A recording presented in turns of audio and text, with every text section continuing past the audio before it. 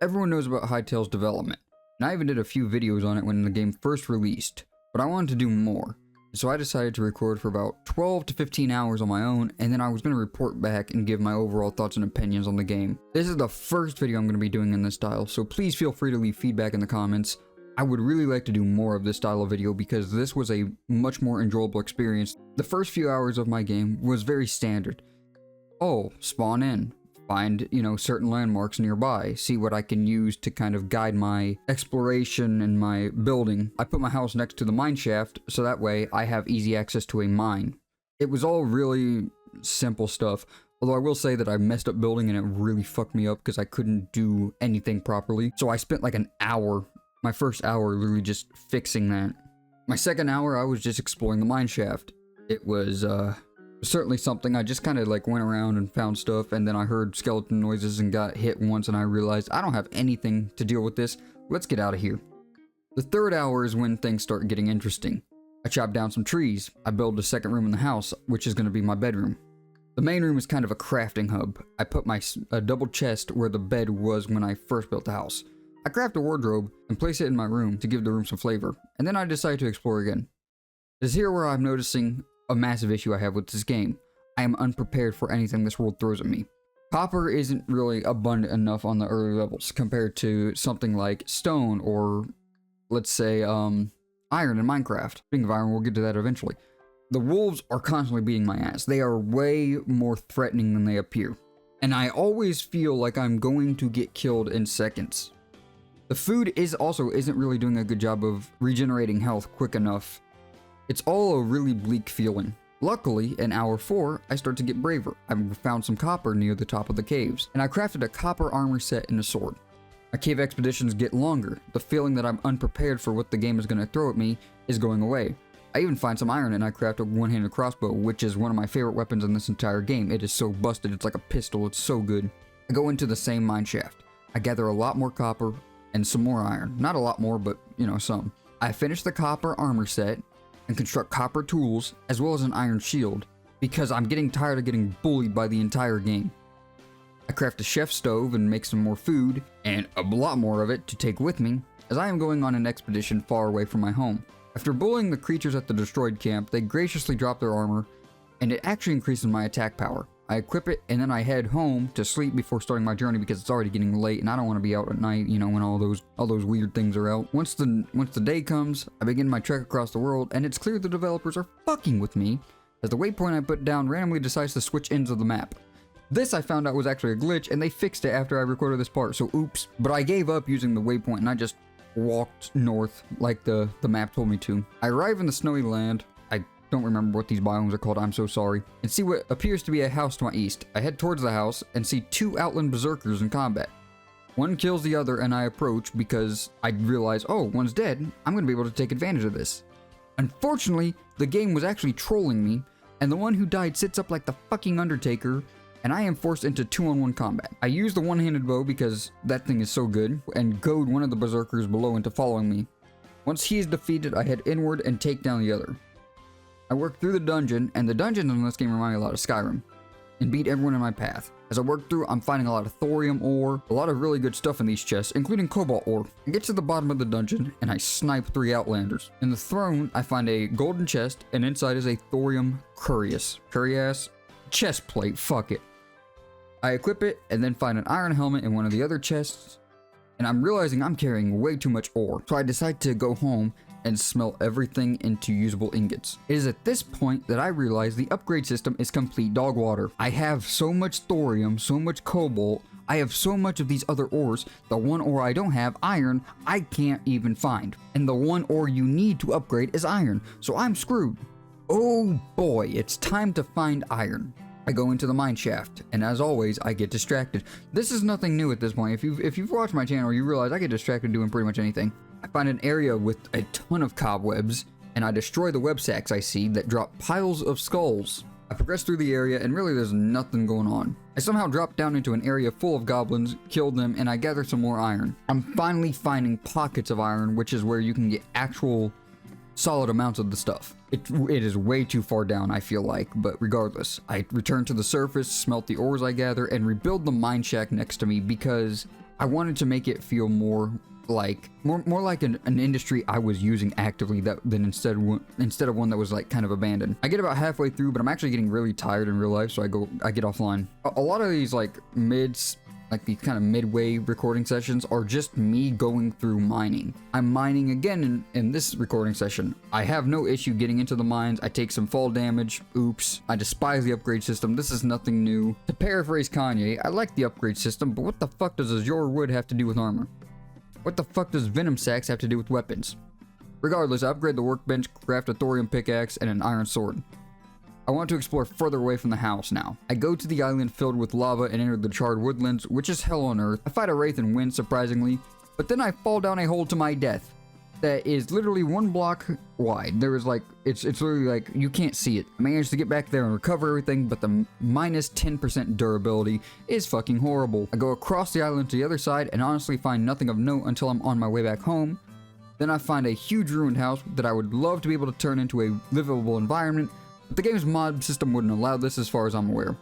I get a rusty steel halberd from the place only because it looks awesome, and then I trek upwards. I find a mine, grab like 70 iron, and head back to the surface. It takes a while, but eventually I make it home and I get all the stuff smelted. I decide to dedicate today to expanding the house. It was getting cramped and I was tired of having all the workbenches and everything in one area, and I felt like it needed to kind of grow and have like dedicated areas. I build an entire back to the house and an upstairs. I separate the back room into 2 different rooms, one of which is a kitchen.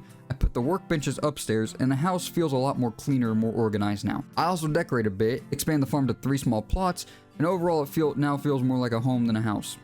Very cringe way to put it, I'm aware, but regardless. Building is surprisingly fun in this game. Normally I just build like a square block and I'm done. You can see that in the Minecraft videos. But I was actively thinking about what my choices would mean for the design of the house as I was building this time, which was an insane kind of revelation for me. I dedicated all of today to farming. It's all about farming. Upgrading the farmer's workbench, planting new crops, repeat the process. I decided to start farming animals. I craft a capture cage and capture a piglet. They are now in a massive fenced area, which is admittedly very funny to look at because there's only one of these guys there. I also craft a fish trap, which in about 3 minutes of use is already proving to be insanely useful because I'm pretty much getting a fish every 3 minutes. I explore for a little while, I go in a cave, and I kill one of those bomb goblins, and he drops 3 bombs. I gather a bunch of other resources, and overall it's just a good time. I upgraded the farmer's workbench enough to be able to plant hardwood trees, and thank God because I was running out of trees that would create hardwood when I chopped them down. I also captured some of the other baby animals I saw on their own, specifically because I didn't know if they grew up or not. They did not, by the way. That was not a thing that was implemented at the time of this recording. Honestly, I have no idea what I'm doing with this next recording session. I boot up the world and I just kind of meander around the house, thinking about what I could do.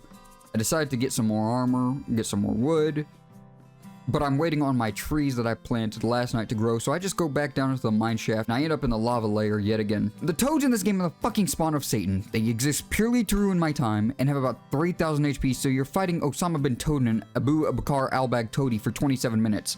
It's not fun. Anyways, I die and I go back to the surface. I didn't lose enough to validate going back down, so fuck that. The sunrise in this game is beautiful, genuinely an incredible look, and it makes me feel all warm and tingly inside watching as the sun rises. I head west as I see a strange building on my map and pursue it. I get sidetracked on the way there and instead end up in an Azure, I don't fucking know. Anyway, Azure forest area.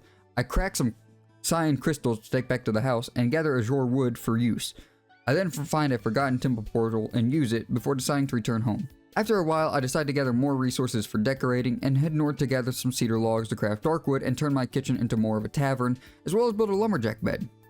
I gather all the resources I need and return home, where I add some finishing touches to the house, and then that's when I started recording this video. I want to start with this. Hytale encouraged me to build in a way that Minecraft simply hasn't. Upon creating the builder's workbench and being slapped in the face with like every single block that you can use, that you can craft with just like the wood, I was immediately thinking about how I could decorate the house, which was something I never do in Minecraft unless I have like mods or add-ons depending on which version of the game I'm playing. It was an extremely satisfying experience, and I overall really enjoyed building and decorating in a way I didn't think was possible given my lack of creativity in Minecraft. Another thing, and this is something I touched on when I was writing the basics of the script, but it has to be said still anyways.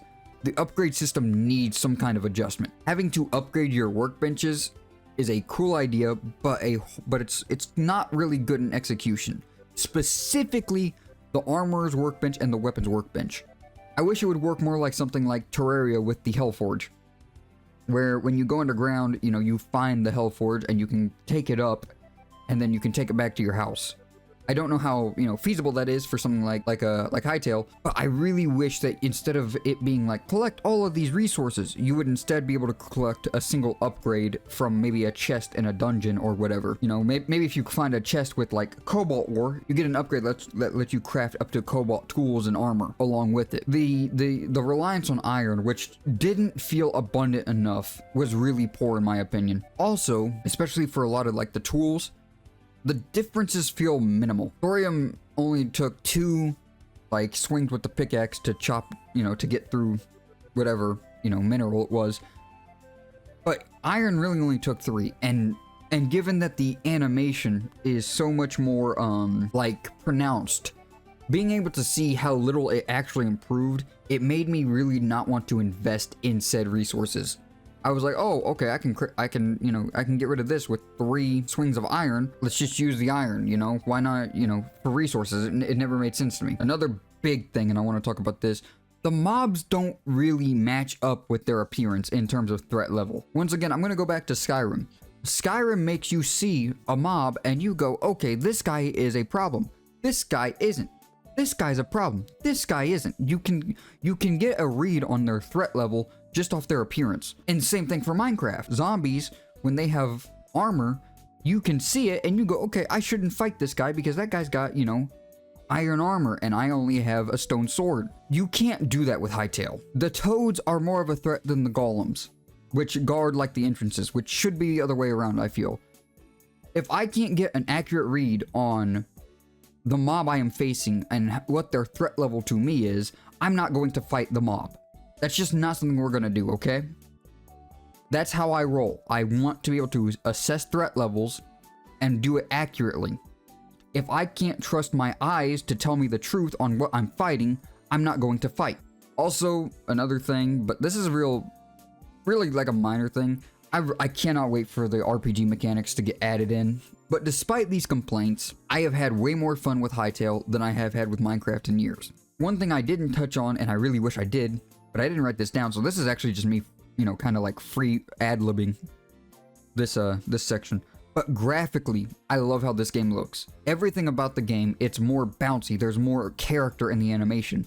The world feels more alive because of these little changes, these animations that Minecraft doesn't have. So yeah, overall, I cannot wait for what Hytale has in the future. If this is what we have to work off right now, I'm ready for. I will be playing this game until the end of time because this is what I want my open world survival exploration games to be about. Yes, it looks like Minecraft, but if you give it a shot, I feel like you will find that there is much more to it than just Minecraft. Just in the exploration, there's so much more to it. So yeah, I don't really know what else I could add. Maybe I can do a follow-up video to this at some point, but for now, I'll see y'all later.